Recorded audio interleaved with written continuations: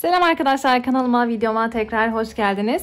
Bugün sizlere makrome tarama ipi ile bardak altlığı nasıl yapılır bunu göstereceğim. Yapımı çok kolay. Hızlıca videomuzu başlatalım.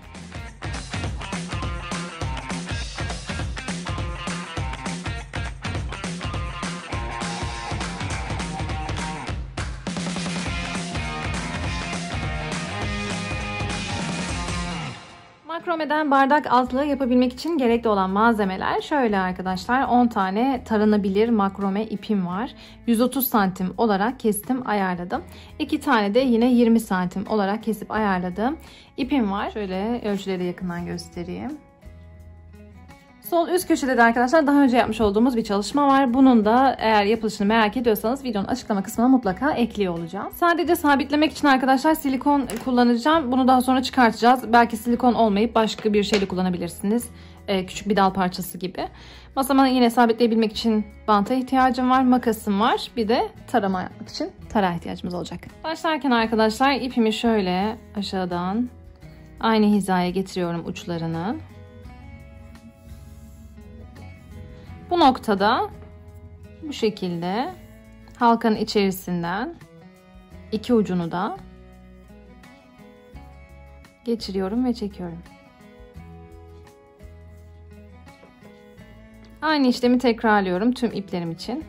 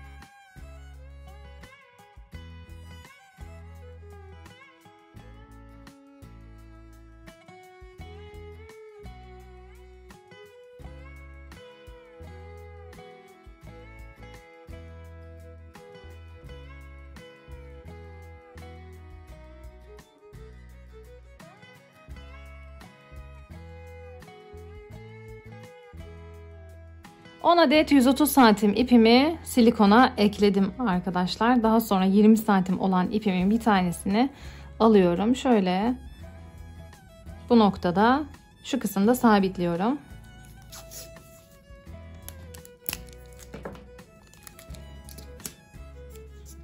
Şimdi arkadaşlar düğümlerimi oluşturmaya başlıyorum. Sağdan başlıyorum ilk ipimle. Şöyle bu 20 santim olan ipin bakın arasından geçiriyorum. 1, tekrar geçiriyorum. 2. Şöyle sıkıştırıyorum. Bunu bırakıyorum artık. Diğer ipe geçiyorum. Sola doğru tüm iplerle bu şekilde 2 defa düğüm oluşturuyorum.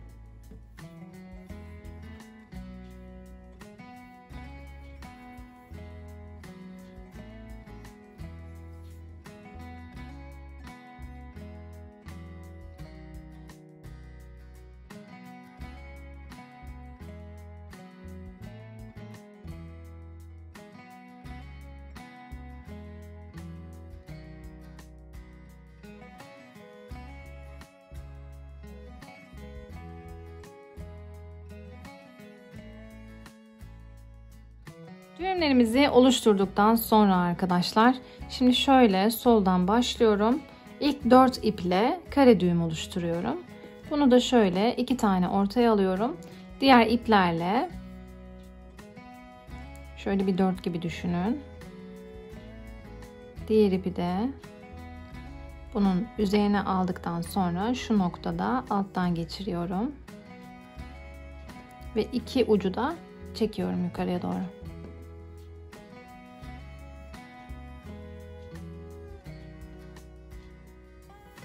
Aynı şekilde arkadaşlar bir de tersten yapıyorum.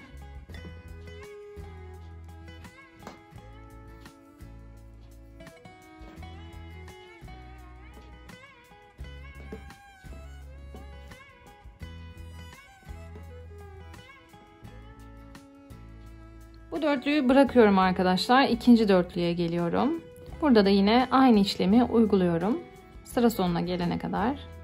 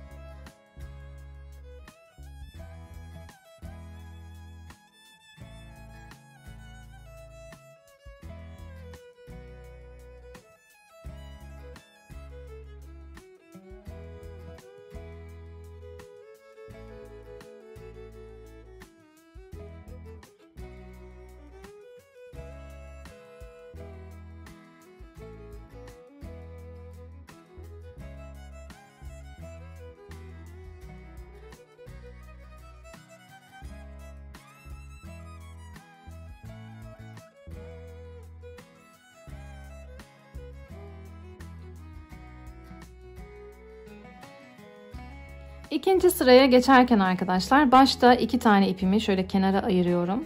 Sondaki iki ipimi de kenara ayırıyorum. Kalan dörtlülerle aynı işlemi tekrarlıyorum.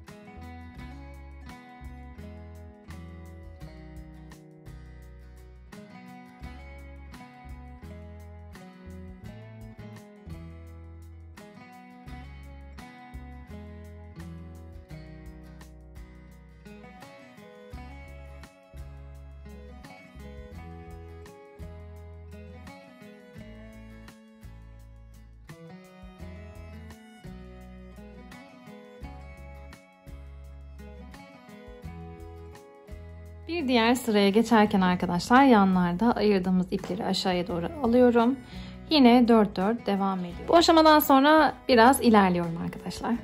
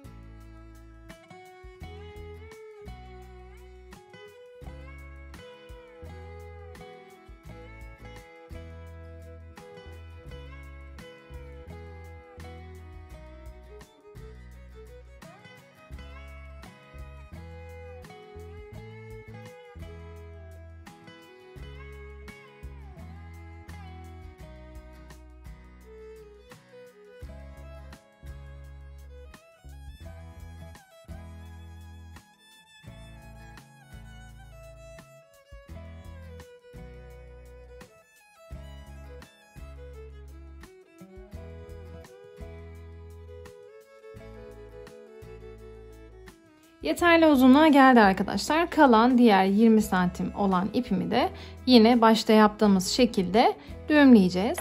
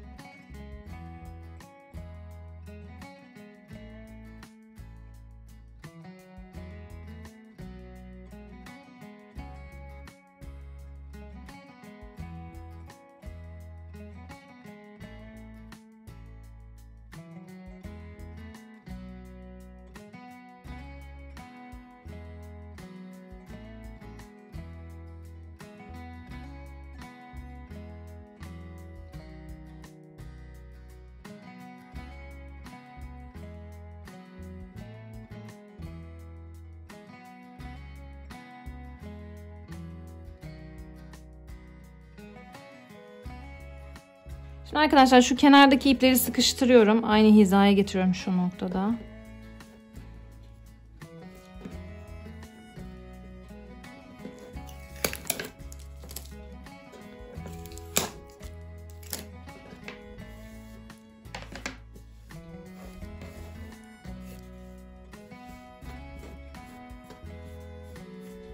Uçlarından keseceğim. Daha sonra tarama işlemine geçeceğiz.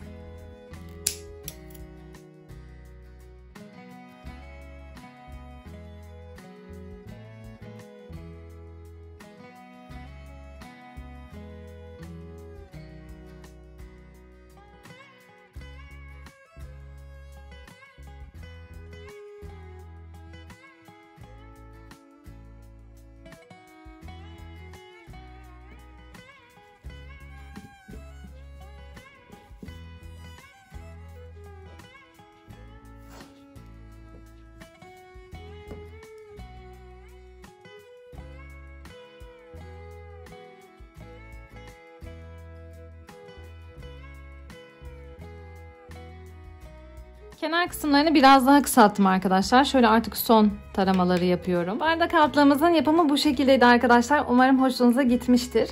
Yapımı çok kolaydı arkadaşlar ve çok da kısa sürdüğünü söyleyebilirim. Ölçülerini değiştirerek aynı teknikle supla da yapabilirsiniz. Şöyle hatta bardağıma koyup size göstereyim. Bu şekilde oldu. Eğer videomu beğendiyseniz lütfen videomu beğenmeyi ve kanalıma hala abone değilseniz de abone olup yorum bırakmayı lütfen unutmayın. Sonraki videolarda görüşmek dileğiyle. Hoşça kalın.